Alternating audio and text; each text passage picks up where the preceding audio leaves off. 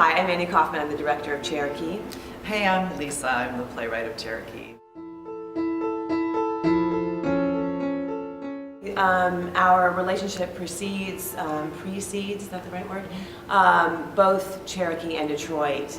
Lisa and I met in Minneapolis in 1999, and we worked on 2 shows subsequent to that time in New York with Club Thumb. One was called 16 Spells to Charm the Beast, and the other one was called The Red Death. And that was, I guess now 15 years ago. And then we sort of got together again a couple of years ago to work on Detroit. Yeah, well, I was going to say, I think what's interesting is that Annie and I really started out working together in tiny black box theaters off Broadway. And I was writing a lot of work that was really stylistically complex, and Annie was directing a lot of that work too. And I think our paths have brought us in and out of that world consistently over the past 15 years. And so even when now we both find ourselves working more and more in regional theaters, with larger houses and higher ticket prices. And I think that Annie and I are still really interested in figuring out how can we push the edge of the more mainstream world and not assume that a regional theater or a mainstream theater is one thing that can be put in a box. So we're interested in telling compelling stories about real human beings, and also maybe exposing the sort of strange edges of the world that we live in.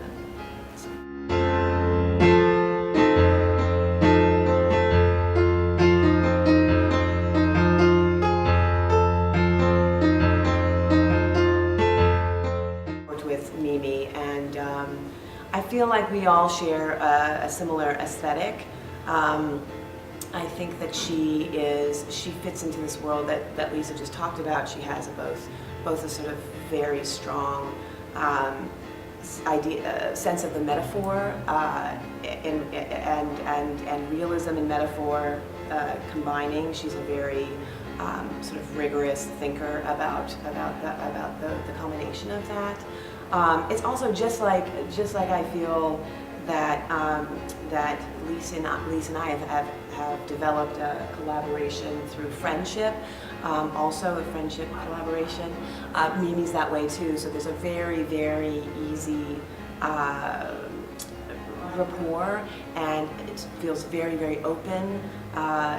Nothing's hidden. We don't feel like we have to create a new language for each other.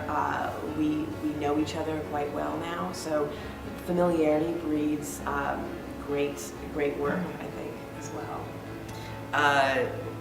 Mimi and me and my collaborator Katie Pearl are creating a piece for the Meadow in Loma Gardens. So I'm not sure if you've been there. It's a really amazing, expansive place. And the piece we're creating has the audience sitting on the lawn across from the Meadow and looking out into the Meadow to see this performance. And what I love about Mimi Leanne is I can say to her, like, Mimi, do you think we could make a performance in which we build an 80-foot radio tower in front of the audience while the performance is happening? And she'll go, that's a great idea. And then we start to figure out how to do it. So she's a completely open person. She's a yes person. She's a yes and person. Yeah. So we're really having a great time dreaming this piece up, which should premiere in the fall of 2015. After, right now they're doing a bunch of renovations on the Meadow, changing pathways, and adding some new visitor centers. And so when that's done, we'll be very nice.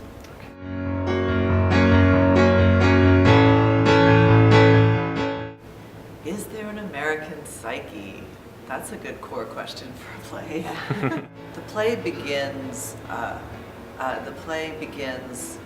and you think it's a play about 2 couples that are trying to escape a very troubling moment in their lives in Houston, Texas, and that is a true statement. But I also think that is a setup that you might think is like the beginning of a wacky mainstream movie comedy or a sitcom. And very early on in the play, you begin to realize that there are some really individual crises happening in these people, and then there's a 5th person who joins them, who is a native of the area, a native of the eastern band of Cherokee. Really big country with a really complex history in terms of how people came to live here. And we're also a really adolescent country in a moment of extreme changing demographics in terms of ethnicity. And so how do you follow your individual American dream and be a part of this complex weave? And I think that there's a meta question hovering over this whole play that has to do with that. So. Yeah, I mean, I think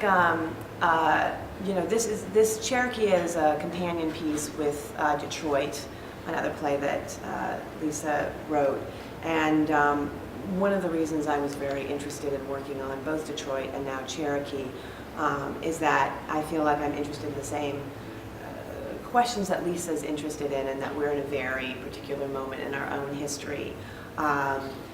Detroit sort of is a story about two couples and barbecues, but really about the sort of wasteland that this country could be right now, and how to build from the destruction, how to sort of the phoenix rising from the ashes. And I think that this play discovers a group of people who are trying to articulate the new world. So in Detroit, they're trying to figure out, they are sort of brought down to zero.